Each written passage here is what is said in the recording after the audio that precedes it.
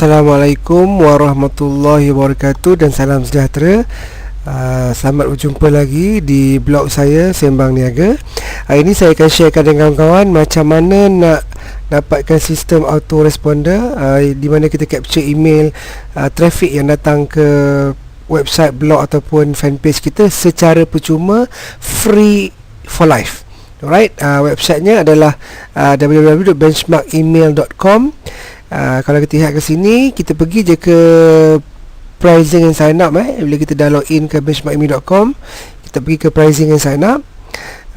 Seperti mana sistem yang lain yang popular macam eWeber, iContact, Constant Contact, One Shopping Cart dan sebagainya, Mailchimp yang berbayar, tapi kelebihan Benchmark Email ni dia bagi free for life. Okey, tapi dia masih juga ada package-package untuk yang berbayar. Macam ni bajet untuk 600 email yang kita ada, 3,500 untuk profesional dan sebagainya.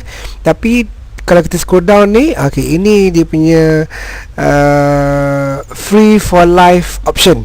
Okey, tapi bezanya adalah, okey, catch dia adalah kawan-kawan, kita tak boleh nak upload email yang kita dah ada sekarang. Kita hanya boleh capture email yang live yang datang ke blog, website ataupun ke fanpage di Facebook kita. Kita klik saja dekat sini, free for life, dan kita register lah macam biasa, fill in the form dan sebagainya. Dan macam saya dah ada ID sendiri, saya dah login, saya dah register. Apa yang perlu saya buat, saya just login. Kemudian kelebihan Benchmark Email ni, dia memang features yang dibagi dalam free for life account ni memang sama exactly macam sistem bagi orang yang berbayar. Alright, saya akan tunjuk kat sini. Bila kita dah login nanti, kita akan pergi ke, okay, ni dia punya dashboard lah. Kita boleh create sign up form di mana live traffic kita akan key in email dia untuk dapatkan maklumat lebih lanjut ataupun offer dan sebagainya. Kita juga boleh create new list di Facebook, new list di blog, new list di website. Okay, dan kita juga boleh hantar email mengikut kempen-kempen yang kita ada lah. Alright, ini contoh email yang saya hantar.